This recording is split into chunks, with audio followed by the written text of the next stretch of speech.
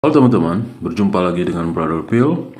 Kali ini kembali kita akan menanggapi seorang mu'alaf yang meninggalkan kekristenan karena menurutnya proses penciptaan dalam Alkitab tidak sesuai dengan sains. Untuk lebih jelasnya, kita saksikan pernyataan mu'alaf tersebut pada video berikut.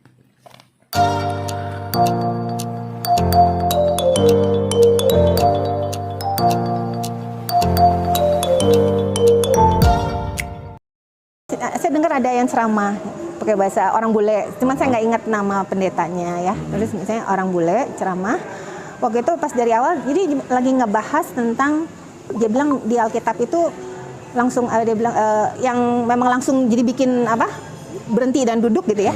Dia bilang di Alkitab itu ada beberapa yang salah. Oh gitu.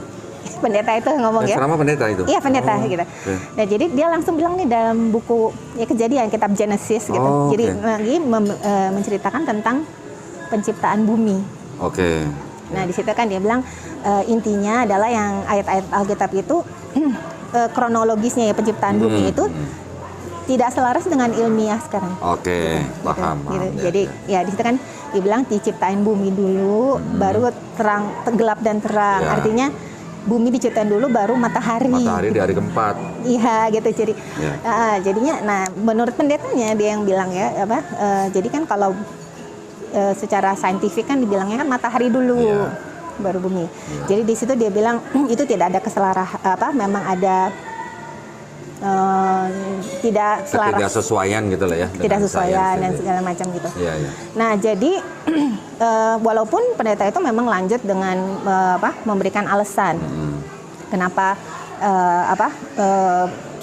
ketidaksesuaian itu ada dan sebenarnya nanti ya intinya adalah tetap membenarkan Alkitab gitu. Cuman waktu itu saya menganggap itu adalah jawaban buat doa saya gitu. Oh gitu. Iya karena kan saya lagi berdoa minta ditunjukkan gitu yang mana yang benar gitu. Jadi ya mangga kalau versi yang lain yang menonton, tapi itu buat saya mengambil buat itu memang jawaban buat doa saya gitu. Ini udah dikasih lihat ibaratnya di Alkitab aja di halaman pertama sudah ada yang gitu. Jadi jadi ibaratnya kayak challenge buat saya. Apakah perlu nggak lihat halaman kedua? Jadi ibaratnya waktu itu saya udah langsung mengambil itu sebagai jawaban buat saya gitu. Dan itu saya juga agak-agak waktu itu momen buat saya itu agak berat ya mungkin. Berat ya, takut juga gitu ya. Tapi udah kayak nggak ada alasan lagi untuk saya terus dalam ketakutan dan itu.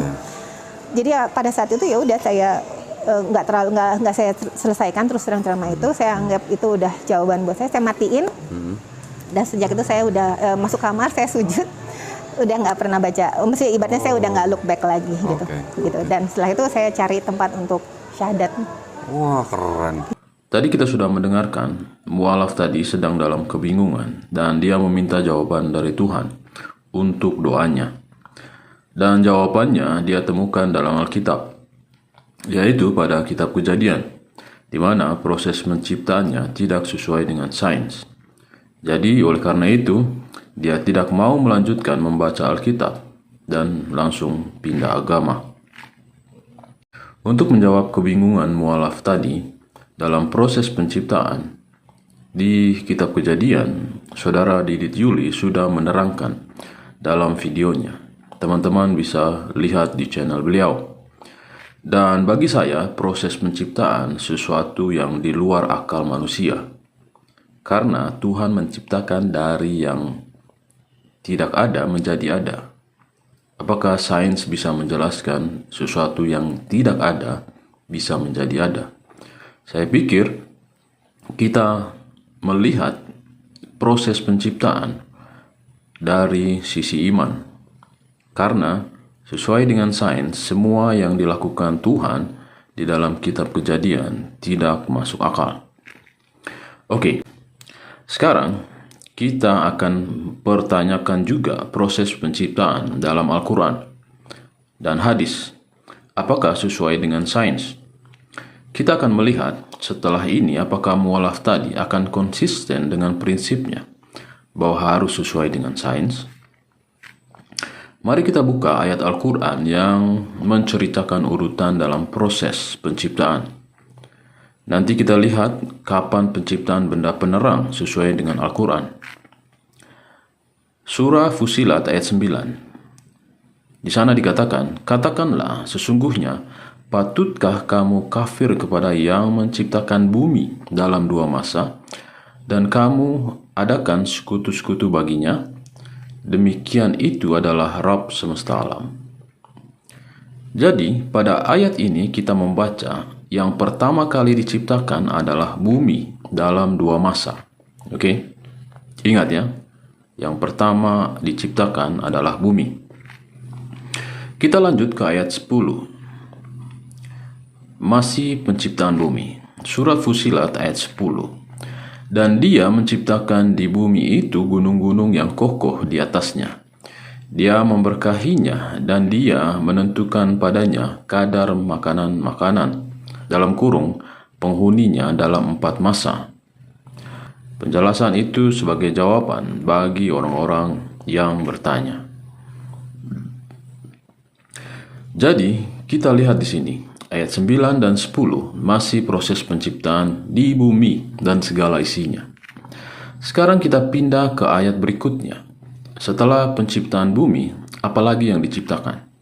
Surah Fussilat ayat 11. Kemudian dia menuju kepada penciptaan langit, dan langit itu masih merupakan asap. Lalu dia berkata kepadanya dan kepada bumi, datanglah kamu keduanya menurut perintahku, dengan suka hati atau terpaksa. Keduanya menjawab, kami datang dengan suka hati. Jadi menurut ayat di atas, setelah dari bumi, Allah pindah ke penciptaan langit. Oke, kita lanjut ke ayat berikutnya. Surah Fussilat ayat 12. Maka dia menjadikannya 7 langit dalam 2 masa.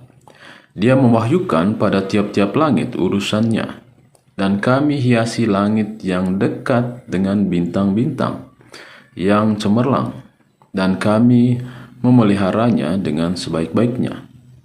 Demikianlah ketentuan yang maha perkasa, lagi maha mengetahui. Jadi langit baru dijadikan setelah penciptaan bumi. Dan setelah langit sudah diciptakan, lalu Allah menciptakan bintang-bintang sebagai hiasan di langit. Jadi kita tahu bersama matahari adalah termasuk bintang ya.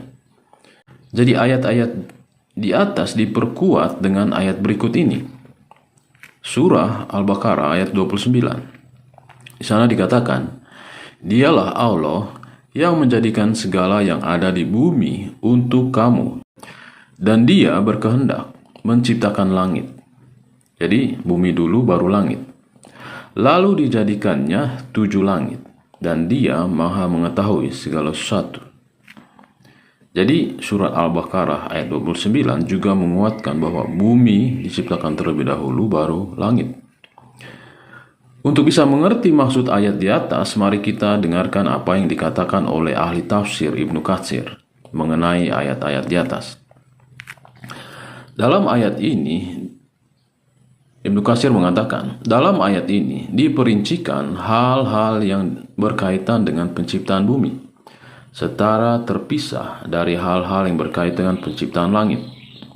Disebutkan bahwa pada mulanya Allah menciptakan bumi karena bumi bagaikan fondasi.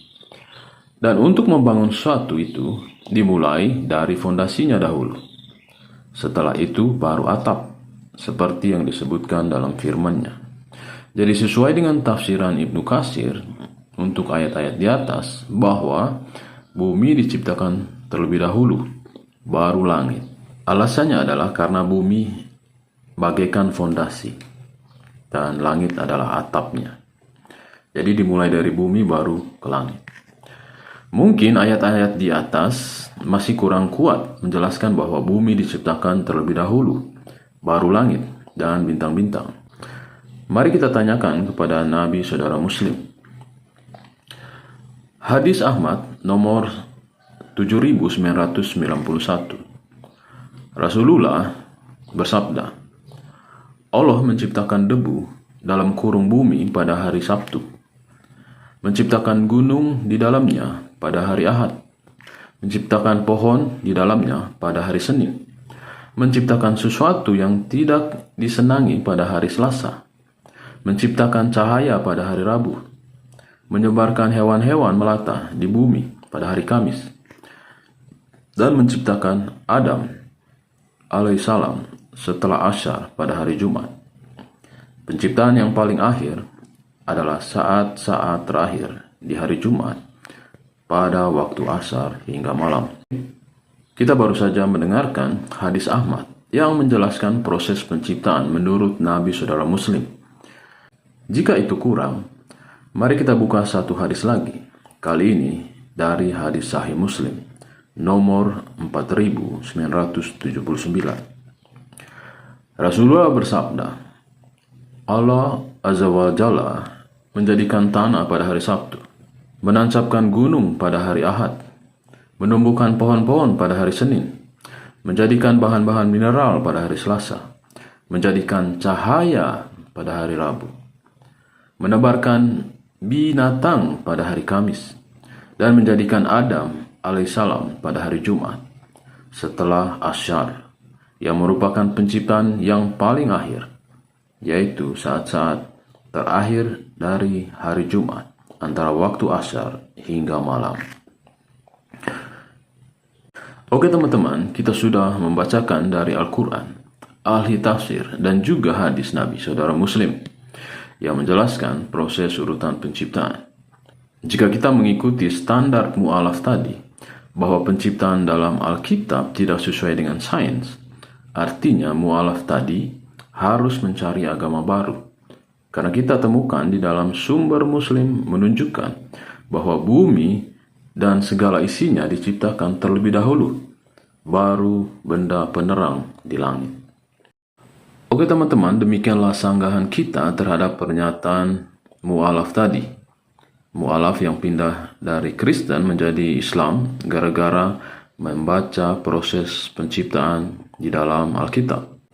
Semoga mu'alaf tadi bisa melihat video kita ini dan bisa berpikir ulang untuk mencari agama baru jika menggunakan standar yang sama ketika dia membaca Alkitab.